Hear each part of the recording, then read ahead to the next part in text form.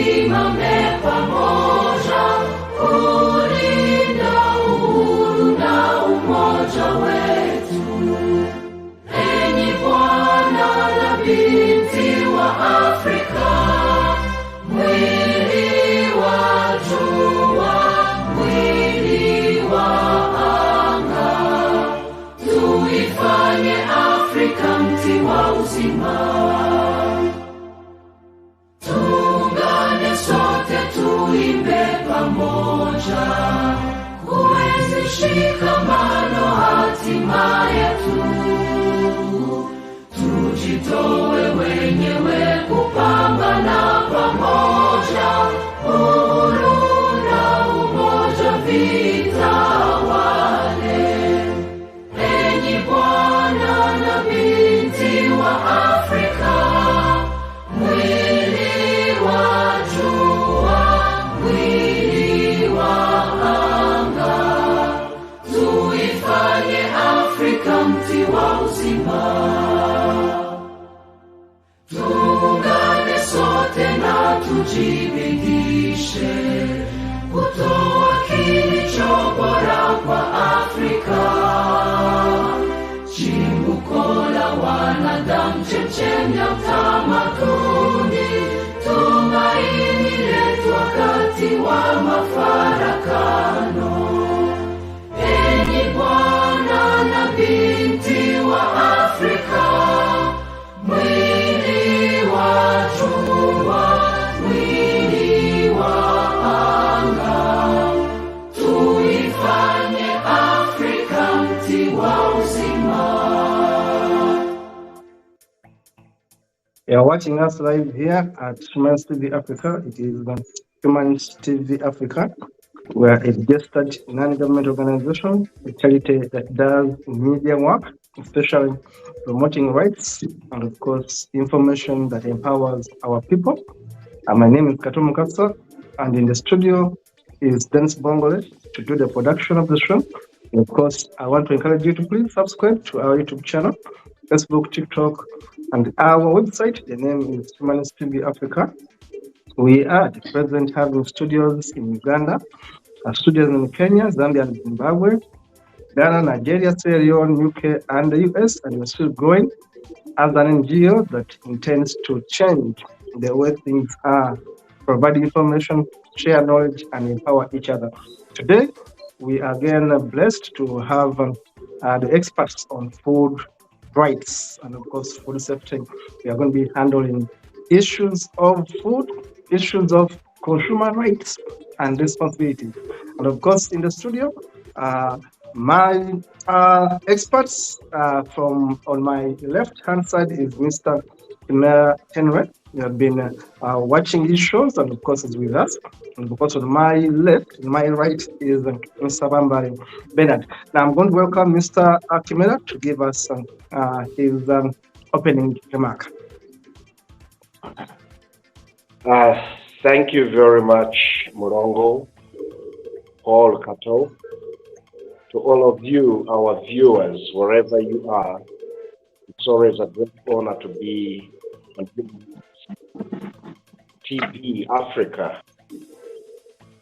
I would say that 2024 has been a blessing year for us. And the Humanist TV has given us platforms that we go beyond the transborders and we enter the homes of several people or several consumers on different continents to bring about aspects to do with consumerism. Ladies and gentlemen, the month of March, we have many celebrations, and one of the celebrations that we commemorate is Consumer Rights Day on 15th March. But there's also another very key celebration we always commemorate in March. That is the International Women's Day on 8th March.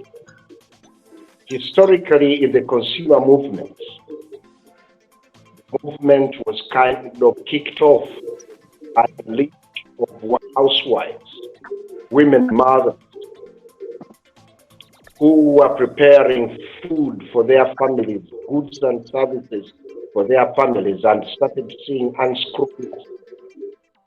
Then they opted to get into solidarity and start speaking out on issues that were affecting their the quality of their family's life, their own quality, their child's lives, their feeding, and so forth. So the aspects to do with the World Consumer Rights Day that was recognized and taken into being cognizant of the 8 consumer rights, and also designated in 1985 that 15th March will be recognized as the World Consumer Rights Day. But all this started some years back when the late President John F. Kennedy raised certain aspects to do with consumer rights in his speech way back in 1962. So this month of March has a lot to celebrate, not to celebrate consumer rights as a mere ceremony, but we will appreciate that consumer rights are human rights. And as we'll be seeing, or you'll be watching, there are 8 consumer rights and 5 consumer responsibilities. So we are here today to kickstart the 5 series that we are going to hold this year, where we will be discussing the different consumer organizations in Africa, and we will be discussing their role in socio-economic development. Then further, as I hand over back to Paul, I would like to say, as consumer organizations globally, they are confederated in an organization whose headquarters are in London, Consumers International, which has evolved since it was formed. We have just concluded a global congress, which was in Nairobi on 6th to 8th December, and we focused on building the futures for resilient consumers. So some of the aspects we are going to touch during this month, the 5 series we are going to have, we would like to champion the different consumer organizations on the continent, and we would love to have the consumers, the trust next Saturday, we will have consumers organizations from Kenya. The 3rd series will have consumer organizations from Zimbabwe, Rwanda. We expect to have consumer organizations from West Africa, Central Africa, and Northern Africa to speak out and to champion this consumer cause. So once again, I would like to, on behalf of all consumer organizations and on behalf of consumers, to thank the consumer behind Paul Kato, plus all his members in the studios in the diaspora, finding time to give the consumers a voice and give the consumer organization a voice. Thank you very much. Thank you so much, Mr. Chimera, for that very important introduction. You have set the pace for this month. This is March, and we are going to be handling consumer rights and the responsibilities. Of course, looking at the roles of consumer rights organizations. There are quite many in the world, and we shall be very honored to have them on site to talk with us, share with us, and of course, our audience is going to be very much interested to hear from them now. Going to Mr. Bernard Bambare, we'd like to hear from you what we have in store for us this month as a brief from you going forward. All right, thank you so much, Kato, and thank you so much, Mr. Chimera, for giving us the heads up. We welcome, of course, our viewers once again to March, and of course, congratulations upon finishing the month of February and of course starting the month of March. we're still committed to serving with you and also sharing with you information about what you're supposed to know, but also leveraging on the different topics that we want to discuss with our people. Some of these things look obvious, but many of the consumers do not even understand that they have a Consumer Rights Day, and I think it's the right platform now to inform our consumers that actually we have a whole day of commemoration of the Consumer Rights Day, but also looking at the aspects surrounding the consumer. It is not enough to have the rights, but what are we supposed to do as consumers so that we benefit from the rights that we have will be our center stage this month, trying to alert you of what you're supposed to know as a consumer, understanding your right, but also understanding your responsibility of what you're supposed to do for us or to achieve the right that you have. It is one thing to have a right, and it is another to actually achieve and claim that right. So we really don't want to look at the rights and then we leave out what we are supposed to have to actually achieve the rights or to attain the rights that we have. So the course of this month, we shall basically be looking at what is our right, what is our responsibility, who is supposed to do what, where. When this happens to you, what are you supposed to do? So we shall check ourselves through numerous aspects when it comes to your rights, but also your responsibilities and what you're supposed to do in situations where your rights are actually not achieved. But I think as we start the show, it would be very important for us to look at who is the consumer. There's a risk that we may keep thinking that each one of us understands where consumer is. And then we keep thinking that all of us are consumers. Yes, but who are you? Who is a consumer in this perspective? I think it would be very good for us to think about it. The reason I want to really define a consumer is that there's a time, in Uganda we use bikes, borders, as one of the means of transport. So every time I jump on a bike, I am a consumer of the service of a bike. So I keep telling the guy riding me, please take me at minimal speed because I still have a future. And every time the border guy is not having lights, or maybe they don't have a side mirror on whatever, I don't jump on that motorcycle because as a consumer, I'll be compromising my right. So meaning that I'm doing my responsibility, but who is this consumer? Who am I as a consumer? So from the dictionary definition, we would see that a consumer is a person who actually buys goods or services for their own use. So you're buying a service or a good for your own use. Now that is one definition of a consumer from the dictionary version.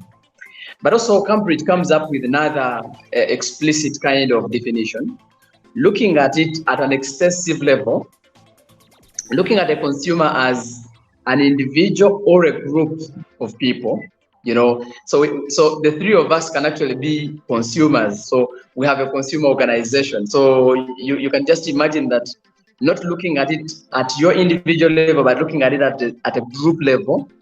So they give us another definition, looking at a person or a group whose intention is to order. So you might be ordering, or you are using purchased goods or services or products, primarily for personal purchase, rather for personal or social, family or household. They give all those different perspectives. So they are looking at it at a broader perspective, looking at me, the individual, or a group of individuals that are actually intending to purchase goods or services or products, primarily for personal, social, family, or household needs. So you want to meet a particular need, either a societal need or a personal need or a household need or a family need, but you're purchasing something to meet that need. So they also look at you as a consumer. Now, this could be either directly or indirectly, but as long as it is meeting a particular need of a family, a household, or a group of people, or a set of, a set of individuals, we still look at them as consumers. So I think we need to start there. I'll ask you a question. I'll ask you a quick question. Maybe one or two. Yes. Because we talked about intention, not directly, but this is what I take very quickly. Now, assuming that I have my money and I want to bank it in Bank X in Uganda, Yes. and I haven't Yes. yet banked it with this bank, am I a consumer of this bank? I haven't yet banked my Now, money. I have yes. this intention. Am I a consumer of this Yes. bank? And which rights do I have? Now, first of all, you're already a consumer who is now looking at the intention of why you should bank the money where. So a consumer starts now reasoning. Now that's where when you go to the rights, now you will see where you belong. For example, you have your 500 million US dollars. You are now thinking about banking it. Now, by the mere fact that you're banking it, you first need the right to know which bank is appropriate for you to bank it. So you're already a consumer in the background, planning, you have an intention to use a particular service, and now you have the right to first know about that service. So you become an automatic consumer as long as you want to utilize a service or a good somewhere. So you're already a consumer somewhere, but now who is now looking at, okay, where do I put it? So you need the information. And now we start talking about a right to information.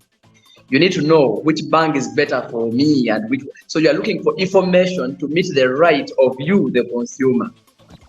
So what I'm thinking from there is that a consumer Yes. actually can even be an intentional consumer, not actually a direct consumer, Exactly. but intentional, having that kind of thought process that maybe one day, and if part of this kind of group is already a consumer in a way. Now, the other thing I wanted to clarify is, I'm a parent. In fact, my children are in how many schools? My children are in 4 schools. So Yes. I'm a parent to 4 schools where my children go. Yes. Now, my children are in these schools. Now, between me and my children, who are the consumers for this product called education? Now, all of you are consumers. Remember, I talked about a family, societal, or whatever intention. Now, you're a service pro. You're a consumer because you're paying this school. So the services that are offered to that school make you take your children there. Now, your children are actually direct beneficiaries of the services of the school. So ideally, the parent and the children are all consumers at different levels. The fact that you, the parent, you are using the services of that school to educate your children, and you are paying them money, you're actually a consumer there. You are consuming those services, though indirectly. Now, your children are consumers because they are actually directly receiving the service from the school. And the school is actually also a consumer of your money, on the other hand, because they are also actually utilizing your resources, and actually they are depending on your children. If your children are not in that school, they are actually also losing. So everyone becomes a consumer at that angle. Thank you very much. Because I asked those questions because I want our viewers to understand these things clearly. That I may be a direct consumer, and I may be an indirect consumer. I may consume by osmosis. Or by diffusion. I may consume by osmosis. I'm also consumed directly, because someone may say, but you are not students here. Why are you bothering us? Maybe I'm intending to take my child there, not yet there, but somehow I'm a consumer in the offing, planning to be part of the game. Now, Mr. Kimera, having had all this, let us hear from you what you prepared for us for this introduction show. Okay. Yeah, thank you very much. And Bernard, that was a good curtain riser. And Paul, like you asked those questions, you are a potential consumer. And once you get this information, you get to know your rights and responsibility, then you make an informed decision. And when you said, I would like to go to a particular, when you asked about financial services, in a country like Uganda and in many other countries, we have got what we call the Financial Consumer Protection Guidelines that have been enforced. They are mandatory, and when the national payments that are there to protect the consumer. So you are taking us in aspects of the financial services. Now they are bringing in the digital financing. So new regulations are coming in, and these regulations and laws are challenging even some of the players. The digital finance is a big issue that we'll be tackling this month as we discuss different aspects. What I would like to kickstart with, the theme for this year is all about fair and responsible AI for consumer. AI is artificial intelligence. And you'll find that, Paul, you are in a developed world, and a lot of AI is being applied there, but also AI is also being applied in developing world, in that anybody holding a gadget, whether it's a mobile phone, a tablet, the smart TVs, all those are collecting data, which data can be used, but they have got an element of technology. And we appreciate technology is the fastest growing sector. And one of the components of technology is artificial intelligence. The times when we used to hear that we started discussing artificial intelligence, but even when the robots were introduced in manufacturing or in the service sector, it is all artificial intelligence. And it has been going on graduating, and most of the people will appreciate the fourth industrialization and maybe the fifth and so on is all going to be technology related, and mainly it will be digital. But this year or this month, as Consumers International, members are requested that through our deliberations of this month, we look at responsible, fair and responsible artificial intelligence for consumers. Consumers, whether you are knowledgeable or not, we are all potential victims. Like you'll find the Bitcoin, people going in for different kind of digital services have ended up either being victims, people ordering stuff online, and they end up not getting the correct products. So aspects to do with e-commerce, digitalization, and now AI, we need to come up with global arrangement where consumers are not victimized and they can get redress when they are affected. So having said that, like I always say, I said in the previous engagements, that consumers, we are the biggest money, we are not getting our money worth, where our rights are abused.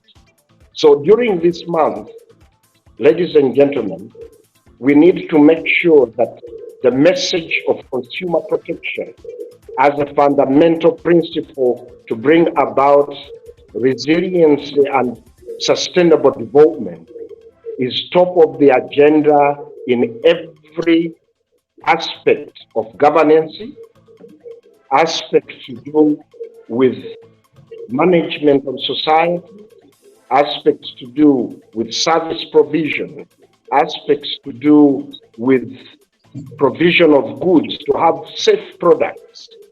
You'll find that all our income as consumers, we spend it on goods and services. And this is where we need those goods to be of good quality. So that's why the different consumer organizations on the continent participate in different arrangements to take the consumer voices, to scale up the consumer voices in aspects to do with goods, with food and agriculture, to do with goods and services, to do with utilities, to talk about the environment. So this is something very key during this month, that consumers, whether you're knowledgeable and you all get to know today, and you're unknowledgeable, you educate others so that the aspects of consumer protection are top of the agenda. It is always appreciated that a country that has not got strong principles and not holding consumer protection as a fundamental right, that country doesn't recognize its citizens. The welfare of the consumers is the welfare of a sustainable country. When consumers are not productive, when consumers are abused, the economy is also abused, because it's consumers who drive business. What the economists call the market. The market is formed by us, the consumers. We determine and we disdetermine. In the developed world, most of the markets are demand-driven, where the market or the businesses listen to the consumers. In the developing world, where most of the consumer organizations will be speaking on this platform, we are supplier-driven. The issues that we are given are thought for. We have it's different parties that think for us, and they shove them down our throats, and then we pay for them. So during this month, we would wish to inform the different players that consumers can make better businesses, consumers uphold the market, and then those duty bearers should make sure consumer protection becomes a pillar in policy making, it becomes a pillar in service delivery, quality of goods offered, and the return on the development of the nation.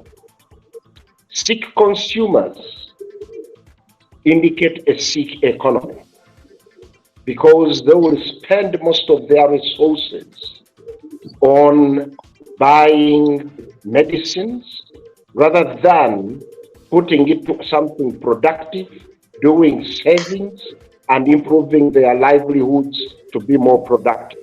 So this is very key. And most of these are shrined in the consumer rights. Like the consumer right number 1 is all about basic needs. The basic needs, one of the aspects or the aspects that are in there is access to food that is nutritious, that is safe. Aspects to do with health care. And like we have been saying, the best health care a consumer can have should be food-based. Looking at housing, like you are raising an issue that, imagine being a potential consumer, health-wise, we have the campaigns have been on. Many consumers die because they are second-hand smokers. If they are in community and somebody is smoking and you inhale, it can trigger many other diseases. So the right to basic needs, our consumer, number 1. The other right, as we have consumers, is the right to safety. Safety by the provision of quality goods and services. Consuming safe products is something very key. The other right we have as consumers is the right to choose. So consumers, we have the right to choose products that are safe, that are not hazardous to our health and life. So information is our other consumer right.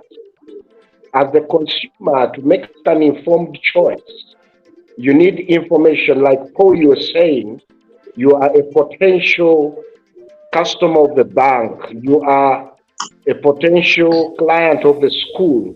You need that information to be right, not to be misinforming and misleading you. So we get all these sorts of information in adverts, we get it on labeling, and these are done most of the times through standards. We have got falsehood information, but we need to have correct, honest, and non-misleading information. The other right, number 5, which I would raise, is about being represented. I finished the choice. Being represented as consumers is something very key. And this is what consumer organizations in wherever in Africa, they do represent consumers. And this leads us to the other right of the right to redress. As consumers, once you have got the basic right, let's say you get a home or you get food and it is not safe, and you got it through wrong information, your representatives can go and represent you to get redress. And redress is our right number 6, that in case I buy a product, all it sounds, and it is wrong, not of good quality, you need to go back, complain to business, complain to the regulatory authorities, the duty bearers, that you didn't get your money value and you need redress. So this leads us to another right, the right of education. Consumers to make informed choices, consumers to be in a position to live a healthy life, we need consumer education. And this is what we are going to do in the 5 series we are going to have in the month of March. Consumer education is very key to enable consumers make informed, skillful, and decision-making while they are accessing goods and services. So this leads us to the last consumer right, the right to a healthy environment. So as consumers, we have a right to a healthy environment, but we also have a responsibility to keep this environment healthy. And we will find that the environment, like we have been discussing in the food safety series, the environment touches many aspects. The one on earth, if we go to the sustainable development goals, life over land, life underwater, life in the air. So this is the environment we look at. We must look at our environment, where we live, the air we breathe, the land, the soils, the waters,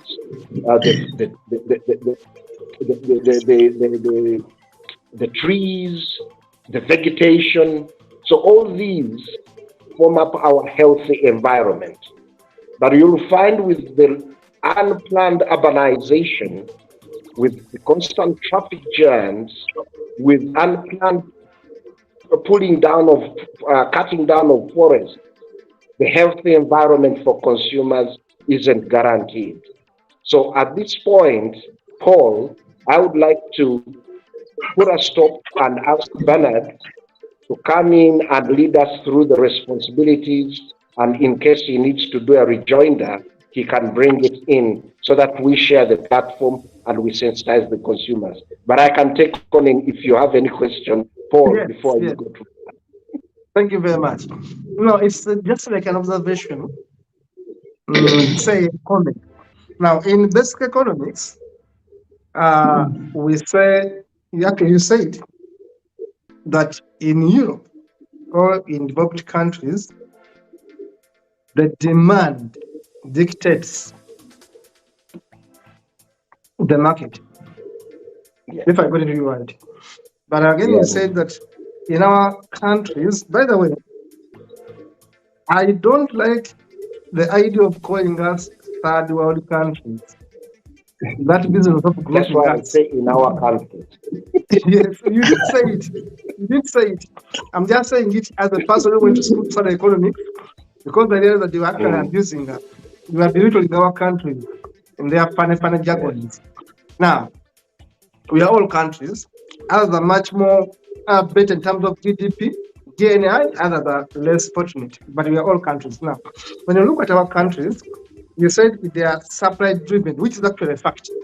Now, in economics, when you have that graph, the demand curve meets the supply curve and then determines the price. That is basic economics. Demand meets supply and then price is determined. Now, when you look at consumer rights now, because when demand meets supply, you are going to determine the price, and who pays the price? The consumer. The question I've been having about us, especially in Africa, we keep on hearing capitalism talks about consumer is the king. Consumer is the king. Because without you, you don't exist. You are the king. In Europe, they tried, because honestly, business will close once consumers are annoyed. Because right now, they are ordering everything on the phone. Now, if you make a mistake and send a bad product, they are going to sue you and you are going to close. Or they are going to give you bad publicity, and definitely government is going to cramp down on you and they will close because the authorities work and consumers are knowledgeable. Therefore, if someone says consumer is the king, I agree. But even me, when I go to hospital right here, the way people respect you in the hospitals here, it's like you're going to report them tomorrow. Even the way a man who drives a bus respects you, even the way a policeman respects you. Why? The system works. If I report you, you may lose your job. So people are careful the way they handle you. When you ask them, they are humble, they want to give you information. Honestly, you feel that the consumer is the king. You are even poorer than them. But you go to a bank, everyone is going to be attentive. Among the bank tellers, everyone is asking you, sir, how do you help? I mean, they are taking care of you. You go to a policeman, they are very humble. They will call you, sir, they call you. I mean, they want to serve you. Wherever you go, the system is working. You're in hospital, the system is working. You see the idea of the consumer is the king. Come to Uganda, and a bit of Africa I've gone to. Go to Kenya. I've gone to Kenya, I've been to Uganda. I ask myself, honestly, in our countries that are supply driven, is the consumer the king? Is the consumer the king? If I go to buy food and you give me food on a plate full of water, not even dried, and I'm eating in an environment where even flies are jumping around, you cannot even spray. I'm asking myself, am I really king in this market? Am I even respected by the guy I'm giving my money? You go to the bank, they make you lie for 1 hour or two. They have no courtesy of even giving you a chair to sit in. Until recently, there were no chairs. Now, when I went to my bank in Centenary, I discovered, I found about a year ago, they had introduced chairs where now people can sit. But we used to go to Centenary and you line for 2 hours, especially during time of school fees. You line, you are all people, tired, sick, they are all in the line for 1 hour, 2 hours. And someone tells me, this bank respects me. Standard Bank was doing the same. But about 1 year and a half ago, they introduced the chairs. Centenary also introduced the chairs. But when you go to Equity, no chairs, to the best of my knowledge. A line is outside the bank. It is snaking outside the bank. Now, I'm wondering, I'm asking all of you to think about it. In Africa, in Uganda, are we really kings as consumers? You go to a bus, I normally use buses when I'm going home. They are cheaper. I want to save money. I use Global Bus much of the time. It is stable on the road and also cheaper. Now, in a Global Bus, the moment you sit down like this, there is a person or two, they call themselves preachers. I don't like preachers that bad. A man comes and sits in a bus, begins shouting, Jesus, Jesus, forcefully shouting and actually insulting people that we are sinners, we are whatever. And the bus conductor, the bus driver allows this man to pollute our environment for like 30 minutes. They in fact go with you if you've ever gone with Global. They even go with you in that bus until they reach like Chengera or somewhere, then they board off. But this man has been making noise for 30 minutes, whether I'm having a headache, whether my migraine is bad, doesn't respect you. Even when you say, please speak slowly, you are certain. You are an agent of the devil. You don't want the word of God. Now, am I a king when I've paid my money in Global Bus going to my destination? In brief, I'm always looking for ways to find out whether I'm a king or not. I don't see them. You guys do see that we are kings in our countries as consumers. I don't know. So Bernard is going to bring out some very key aspects. He also shared with in the past 2 to 3 days, we have spoken to more than 200 consumers and farmers. And Bernard brought in that analogy that you call us kings, but when you're giving us unsafe food. But in all that, I've always said that COVID did us some good and also did us some bad. COVID helped to introduce seats in the bags where people would be separated and so forth.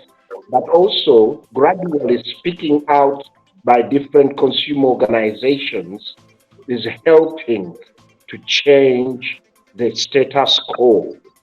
So when the different consumer organizations speak out, petition, they make businesses better. And that's why we continuously say consumer advocacy and protection should be increased to make business better. And because once the consumers speak out, they give free advice, which they have paid for by buying a good or service to make that business better. So consumers speaking out do make businesses better, get return on their monies. And even this is where we always like to champion the standard on customer satisfaction in regards to quality management. So this helps businesses to get to know where their customers, how they look at them. And once you do this, you gain trust and confidence in your services. But I would love to leave that to Bernard to add more, and also he can share something with regards to consumer responsibilities. Thank you. Yeah. Thank you, colleagues. Thank you so much. Very interesting discussions here. You know, when we talk about demand and supply, it doesn't apply, I think, in most of the African countries. And I have seen that when you go to a restaurant, for example, you want to eat beans, and then you ask the waitress, do you have beans? The person tells you, no, we don't have beans, we only have meat. Then the consumer just says, okay, just give me what is there. You see, so it's not the demand actually that is making the restaurant prepare that kind of food, but it's just what is available is what you guys eat. So when you go to, rather the supply, yeah, what is available is what you really want to go with. So there's a lot that consumers really don't seem to understand. And now when it comes to the business, my customer is my boss. You know, you've had such kind of. Yeah, the customer is the king. Customer is the king. He's the boss. And at the end of the day, we're not. Yeah, I mean, so the other time I was asking the business entities, why would you kill your boss? Because every time you give me food that is contaminated, or you know it has been some bit of poisons, and you give it to me, it basically means that I cease to be your boss. So you're killing your boss who will give you the money tomorrow. So the aspect of the consumers knowing what they're supposed to have is very critical. Now, Henry has talked about the different rights, and then I need to quickly give you some bit of responsibilities for us, the consumers. The consumers have a responsibility of critical awareness. Whereas you have a right to information and you have a right to education, But then you have to be critical to know what exactly is it that I'm supposed to do. And that's why we search for information, we search for knowledge. Now, what is worrying is that we have tried to advocate that every person that is giving us food or products, they try as much as possible to label them, because that is the standard we have at the time. Unfortunately, our consumers do not want to read what has been written on the packaging materials. For example, I have already given this kind of example. You find that a consumer, probably they don't eat or drink milk. You know, someone doesn't eat eggs. They don't consume eggs. When they consume them, they have some bit of reactions here and there. But then someone has, you know, prepared biscuits, and they have written on them that, please, these biscuits have milk and they have eggs. A consumer goes ahead to buy them and eats them. Now, the business person has already indicated that these biscuits have milk and have eggs. Whereas the consumer has the right to information, that right has been, rather the person has provided the information, but is there critical awareness? Are you interested in knowing what is in that product?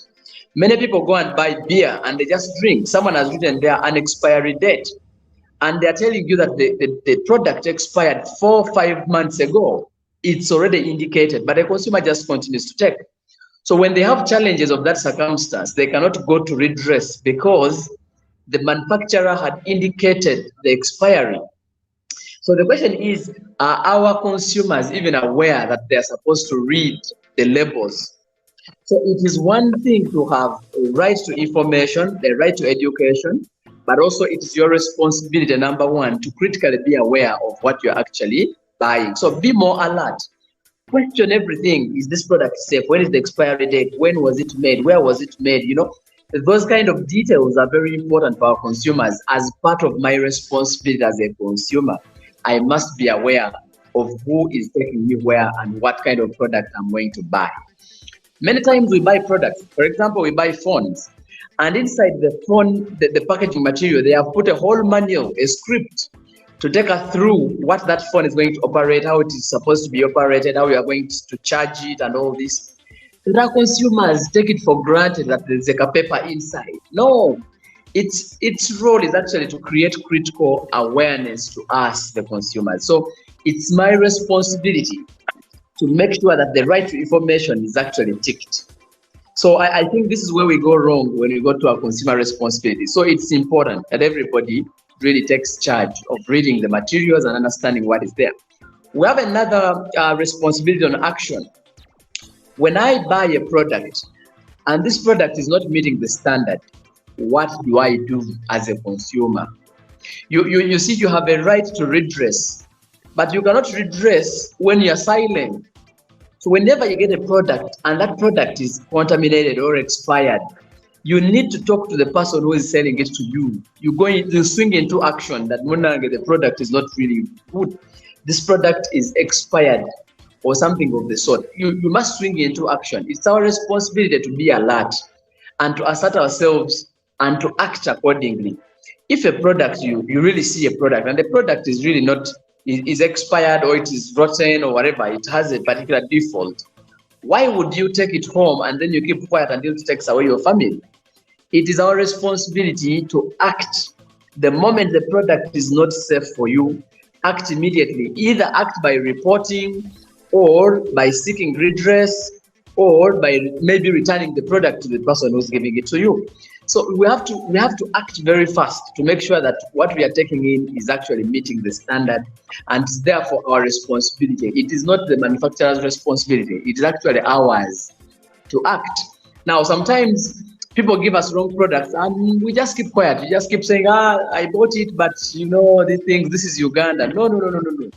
You have to act swiftly towards achieving the better deal when it comes to the product or good that you're actually buying. You know, the banks and the telecom companies have actually earned a lot of money from us unknowingly.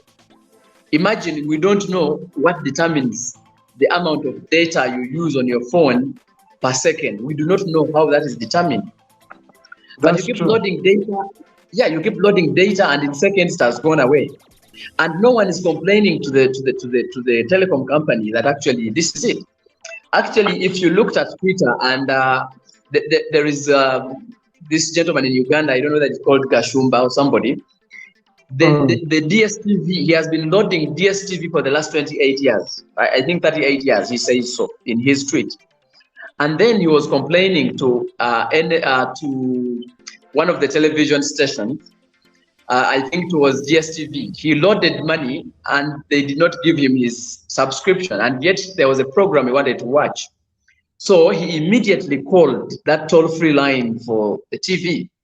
Unfortunately, he didn't receive, feedback until he put it on his Twitter. Then another TV in Kenya, the same branch, but in Kenya, responded swiftly. But then they said, unfortunately, we cannot support you because you're in Uganda. And it took more than 24 hours. No one was getting back to him. So when they got to him, it was after, I think, the Kenyan team had, said, guys, please support this and the other. That is showing that he was really responsible and he was showing action. And he has actually decided not to use that same channel again because he's not getting his service. So in terms of action, we need to do our best. If, for example, someone is carrying you on a motorbike and he's over speeding, it is your right because you're giving him money. So you have to swiftly move in and say, man, please move slowly. I'm not rushing anywhere. Take me slowly. This is my money. But how many of the consumers take action when things are wrong? They only take action when an accident is happening in the next few minutes, which is a very wrong thing. So it's very important that whereas we have our rights, we have responsibilities as consumers to undertake. The other is about social concern. Social concern is about, are we even concerned about what is happening around us?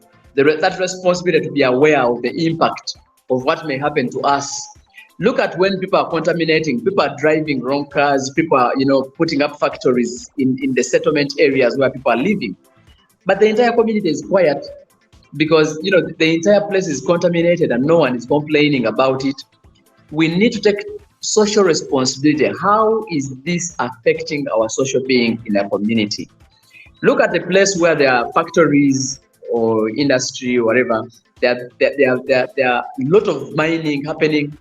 And the community is not worried or even it's not bothered about what pollution they are having around their community.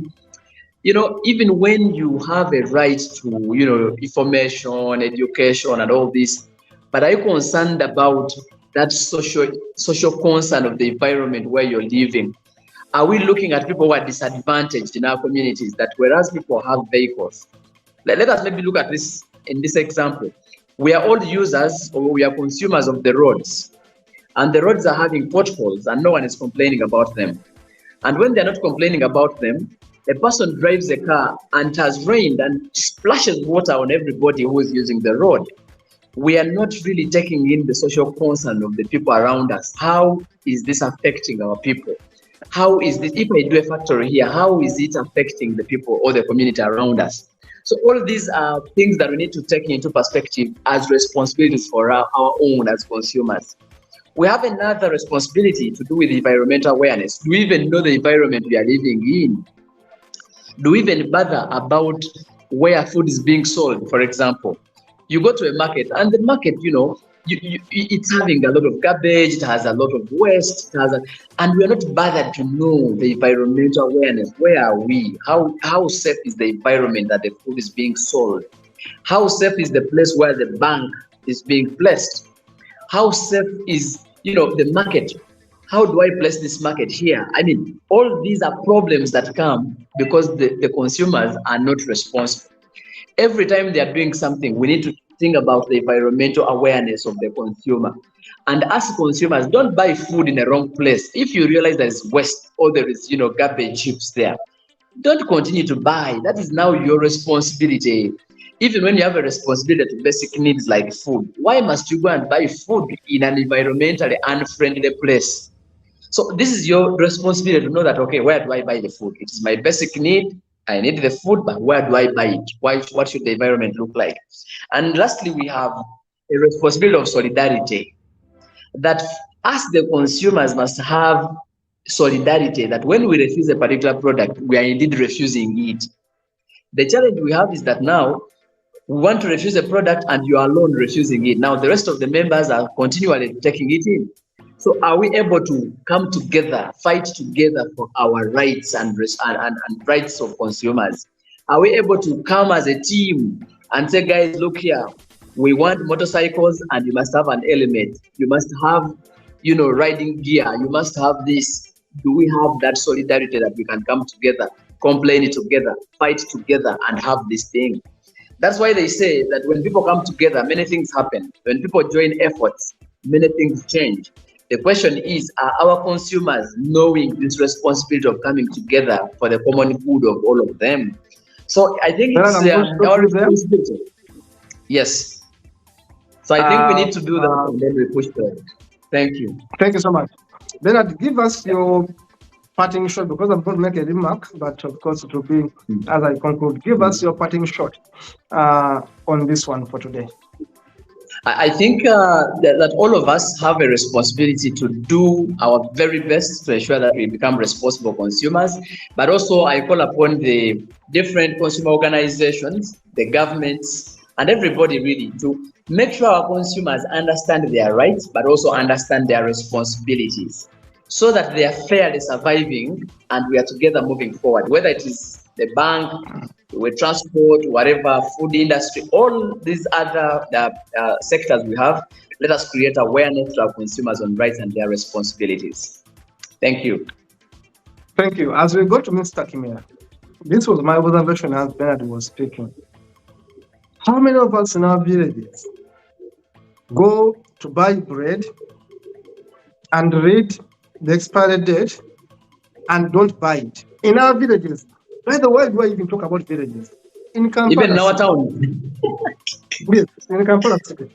How many of us go to the shop and say, give me bread, and you first read the expiry date? Even us, people with degrees, useless degrees, how many of us go and read the expiry date of a donut if it's there in the first place?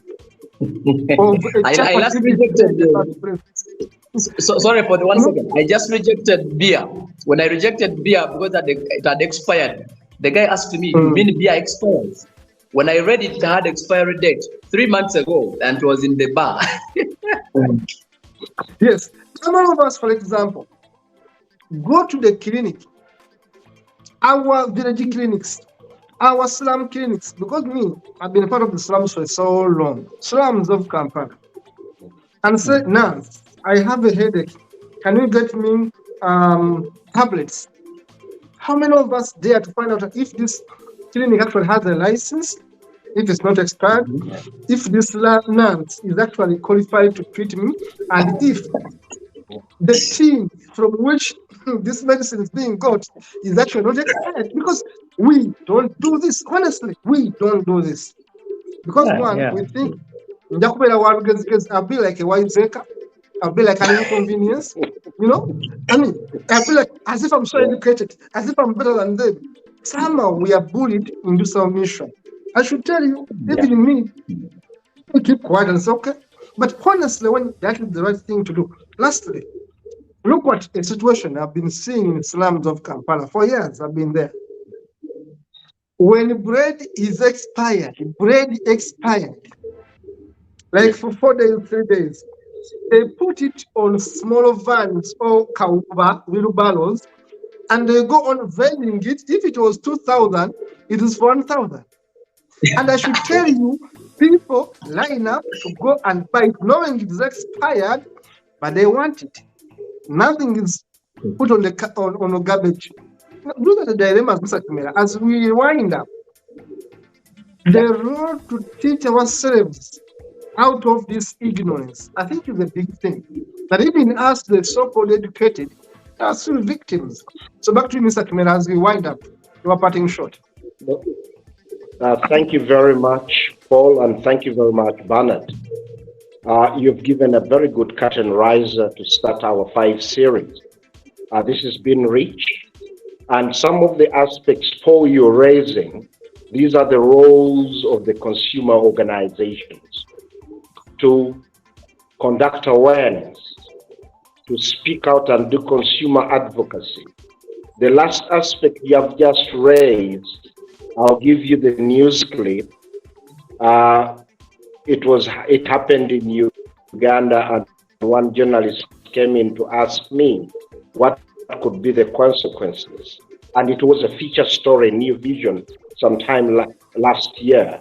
So what you're raising are living and their realities.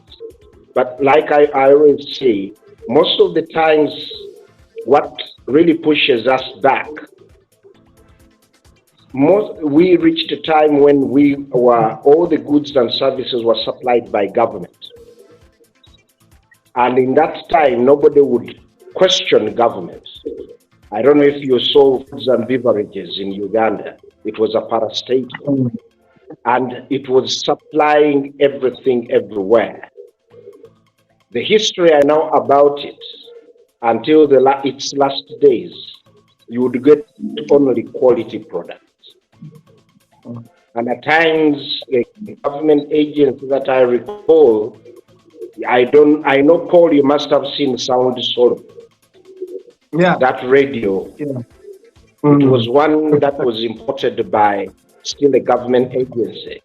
So, culturally, we were used to getting services from government institutions, but they were free.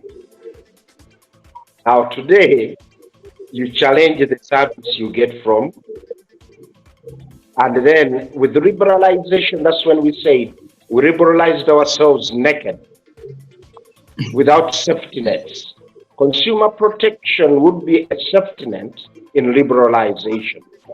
Because if you kill your market, the consumers, you get it sick, then that private sector will die away.